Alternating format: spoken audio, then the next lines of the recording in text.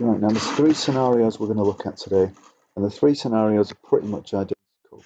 Now the first one we're going to look at is kind of familiar, but kind of not, and it's a pendulum. Now this pendulum uh, is it's not going left and right. It's not doing like a normal pendulum would. It's spinning around in a circle, and that would be the center. You have to just let me off a second. I'll get better at using this. That's it. That's the center, and it goes around in a circle a little bit like that. There you go. And so you can see it's rotating around in a circle. Now, that's it. Back to the pen. Okay. Right. Now this circle has a radius r, and there's also a tension T in the string. Now, some more forces to put on there is the weight of the bung downwards. And those are the two forces that we've got on it. Now, it's at an angle theta, and what this means is that we've got two components of that tension. We've got a component upwards, and we've also got a component across. So that's vertical and horizontal. And those two are very, very important. Now, the first thing we're going to do is we're going to look at the horizontal component. Now, according to similar triangles, that theta there is equal to that theta there, and they're the same. And first thing I'm going to do is I'm just going to resolve horizontally. Now, horizontally means along that way, like that. So I'm going to look at the horizontal component of tension, and according to Pythagoras, that's going to be T sine theta, because we're taking that section there, if you like. Okay, which is the same as that one there. And that equals our centripetal force, mv squared over r. Now, if we look in the other direction, vertically, we've got this one up here, which is going to be T cos theta. Now, T cos theta, as you can see from the diagram, equals the weight of the object, mg. And there's a little trick you can do in physics, and this little trick is you've got something sine theta and something cos theta. Now we want to get rid of this tension, and the reason we want to get rid of the tension is because we don't know what it is, and we don't care really, except if it asks you in a calculation. What we're really interested in is things like how fast is it going round, v, the radius, the mass, stuff like that. And what we can do is we can divide the two equations together. So we can do t sine theta divided by t cos theta. Oops, sorry about that. I'm getting better at using this. T cos theta equals, so that's going to be mv squared over r divided by mg. Now just a little bit of rearrangement. Hopefully you can see that we've got t there, we've got t there, we've got m at the top there, we've got m at the bottom there. And these things can cancel out, and this r is going to end up going down to the bottom just there. Right, so we've got sine theta over cos theta, because we've cancelled out the t's, equals v squared over rg. Now sine theta over cos theta, as you know, is tan theta. I don't know why I put tan with a capital T. I'll put it with a small t. Okay, equals v squared over rg. Now just moving up a little bit, just rearranging that ever so slightly. We've got v squared equals rg tan theta. Now you might recognise that as one of the cheat equations that I gave you at the very end of your notes. And of course we can go one further than that, and we could say that v equals the square root of rg tan theta.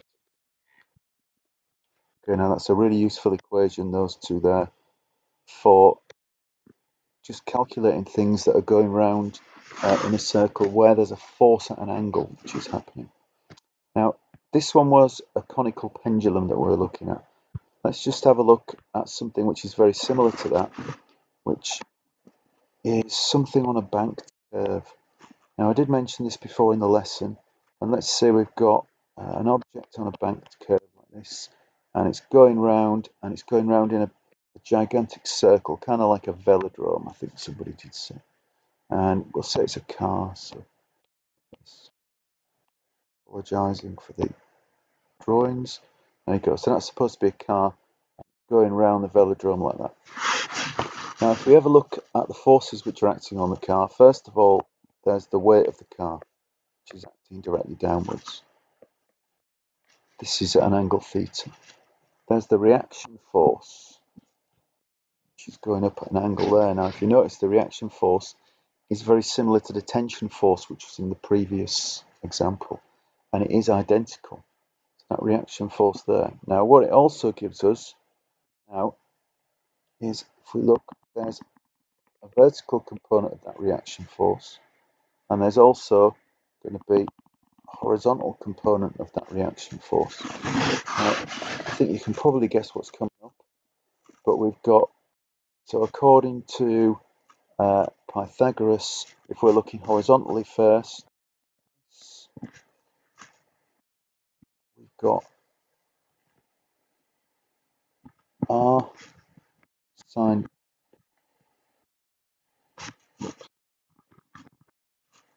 theta,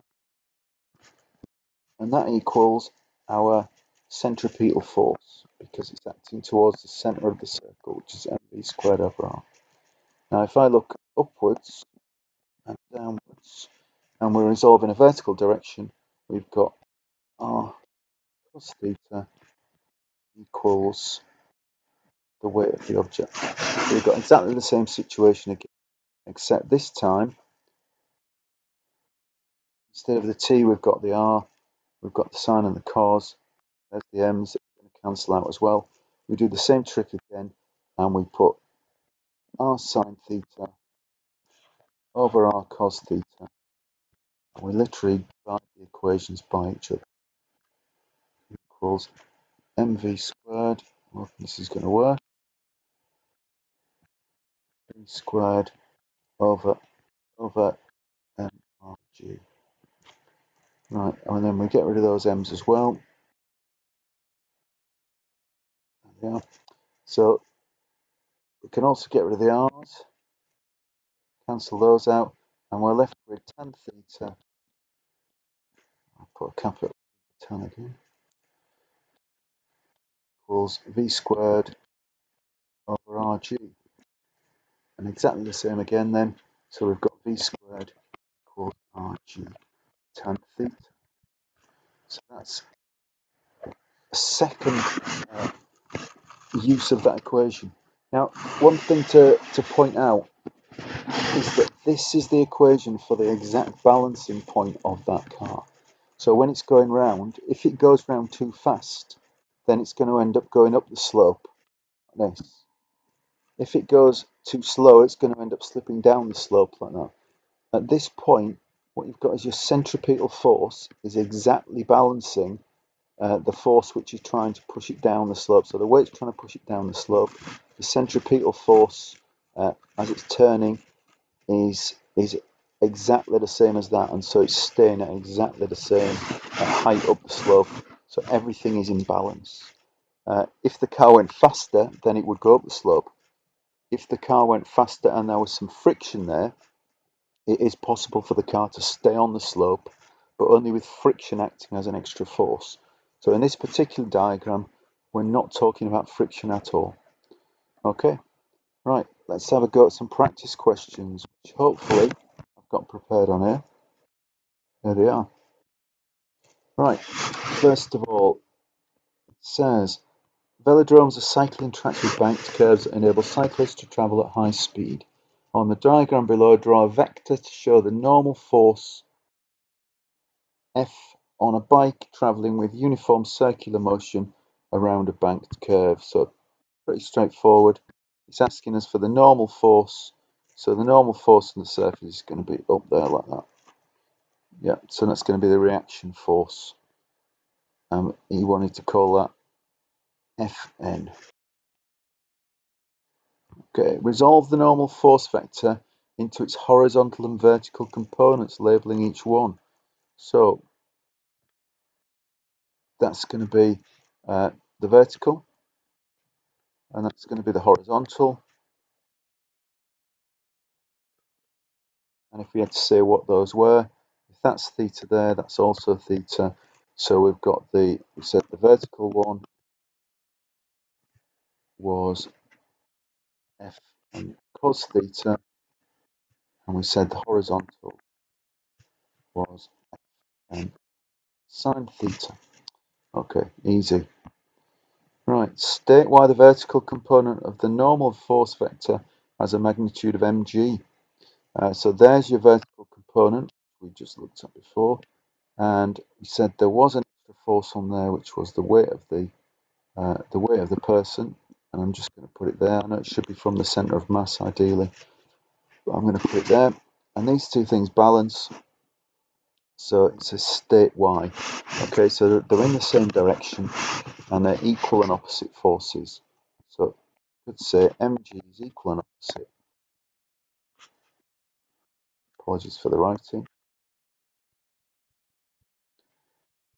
To the vertical component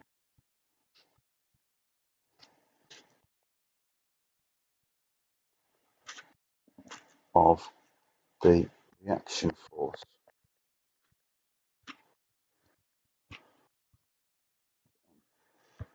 Okay. Right, derive the equation tan theta equals v squared over rg. Okay, so we're going to look first of all up and down, and as we look up and down, first of all we're going to look side to side, and we said that sine theta, and it was fn sine theta in this case, is going to equal mv squared over r. We said that fn cos theta equals, that was the width, so that's up and down, so that's side to side, there like that. That's up and down. And we did our trick when we divided the two together.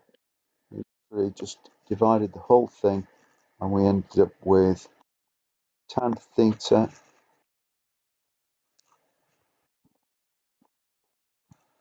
equals, and it was mv squared over rmg, and let's get rid of those masses, cancel out, and so tan theta equals v squared over rg, and so, okay, this is us using it now. Cyclists travelling around a banked velodrome. The bank curve has a radius of 26 metres and a banking angle of that. Calculate the maximum speed at which the cyclist can travel around the bank curve without relying on friction.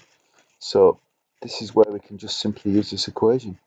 So it says the maximum speed, so we'll write the v squared version of it. V squared equals rg tan theta. So that would be v equals the square root of rg tan theta, and just plug in the numbers in. So v equals the square root of, we said the radius was 26 meters times 9.81 times by tan theta, which is tan 42 degrees. Okay, and the first time I've done one of these and I don't have a calculator with me, which is a real pain, but if I did, I would get the correct answer.